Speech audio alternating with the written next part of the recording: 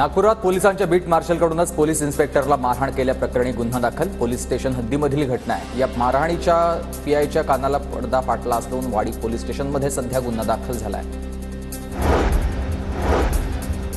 कोल्हापूर जवळच मध्यरात्री ट्रॅव्हल्स उलटली आहे. एक ठार झालं, 3 जण जखमी आहेत, तर जखमींपैकी 4 गंभीर आहेत. गोव्यावरून छत्रपती संभाजीनगरकडे जाणाऱ्या खाजगी बसला हा अपघात झाला आहे.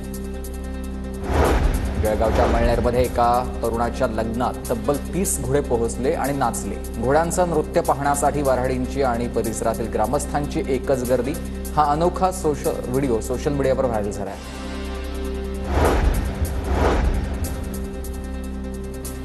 कराडच्या कृष्णा हॉस्पिटलमध्ये जीबीएसच्या रुग्णांवर यशस्वी उपचारानंतर रुग्णाला डिस्चार्ज, तर अन्य 3 रुग्णांच्या प्रकृतीमध्ये सुधारणा आहे.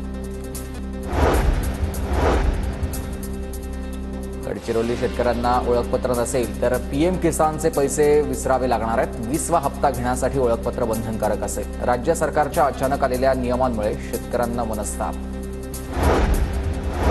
उपमुख्यमंत्री एकनाथ शिंदेंच्या वाढदिवसानिमित्त कराडमध्ये 9 फेब्रुवारीला रोड सेफ्टी मॅरेथॉनचं आयोजन. आरटीओ कार्यालय कराड आणि रणजित पाटील मित्र परिवारातर्फे आयोजन करण्यात आलं आहे.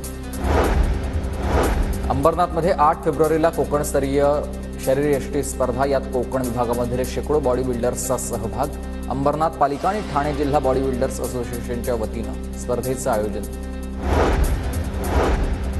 जळगावच्या उमरेमधील श्रीकांत पाटील यांचा नर्मदा परिक्रमा पूर्ण केल्याबद्दल सत्कार. ग्रामस्थांतर्फे मिरवणूक काढून त्यांचं स्वागत. पाटलांनी 3 महिने 13 दिवसात विविध तीर्थस्थळांचं जाऊन दर्शन घेतलंय आणि साधू संतांचं देखील दर्शन घेतलेलं आहे.